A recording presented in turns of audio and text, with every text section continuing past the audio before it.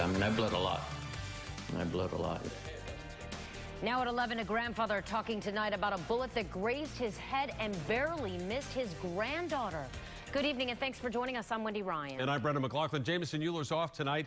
A Wesley Chapel man is just getting home from the hospital after a close call with a bullet. Tonight we're finding out it's not the first time a driver was fired at. Our Jacqueline and Glaze joins us now live along State Road 54, close to where today's shooting happened. Jacqueline? I just spoke with Walter Santiago at his home. He's there resting tonight and in very good spirits.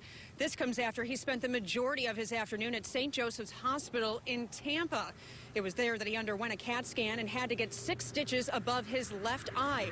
That is where that bullet struck him. But he told me that even in the midst of this chaos, he only had one thing on his mind, and that was to protect his granddaughter. She was alongside him in that car and the one to call 911. I got out of the car and just moved away from the car. I figured if they're shooting at me, I don't want them to shoot at my granddaughter. Through some digging tonight, I found that Santiago is not the only man that this has happened to. Just 6 months ago on this same stretch of road, another man says he was shot at. He's very lucky. William Wright is talking about this man, 62-year-old Walter Santiago. Santiago ended up in the back of an ambulance after a bullet flew through his open car window this afternoon. It hit him above his left eye as he drove here on State Road 54.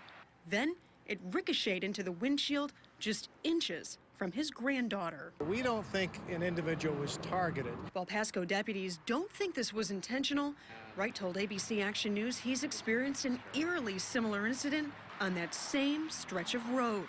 It happened back in June, while his daughter was in the back seat. I was in shock and disbelief. I was like, there's no way that just happened to me. The former Marine says he immediately knew his car had been struck by a bullet.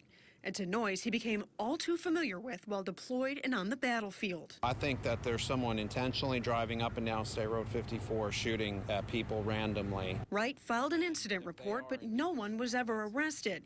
At this point, deputies say they have no evidence linking Santiago's and Wright's cases. You can't really find anyone responsible for this.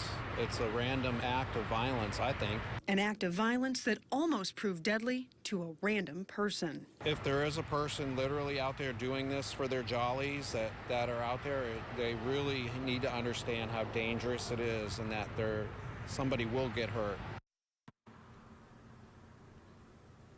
Because of our digging, deputies in the major crimes unit say that come tomorrow morning, they are going to review both shooting cases to see if in any way they're linked. We're live tonight in Wesley Chapel. Jacqueline and Glaze, ABC Action News. And we're getting some